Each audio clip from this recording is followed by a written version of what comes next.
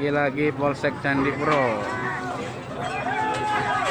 Sebuah kantor polisi dibakar di Lampung Selatan, Selasa tanggal 18 Mei tahun 2021 sekitar pukul 23 WIB. Peristiwa pembakaran menimpa Mapolsek Candipuro, Lampung Selatan.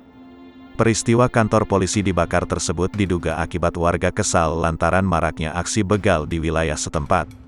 Seorang warga setempat, Andi, mengungkapkan, massa sudah berkumpul di sekitar Mapolsek Candipuro sejak pukul 21 WIB. Berselang sekitar 2 jam kemudian, warga melakukan pembakaran kantor polisi tersebut.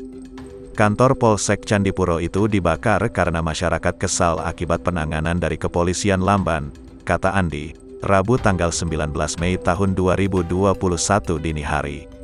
Menurut Andi, kasus begal di Candipuro, Lampung Selatan terjadi hampir setiap hari. Bahkan, begal yang berkeliaran membawa pistol saat beraksi. Namun, para pelaku begal tersebut tidak pernah tertangkap.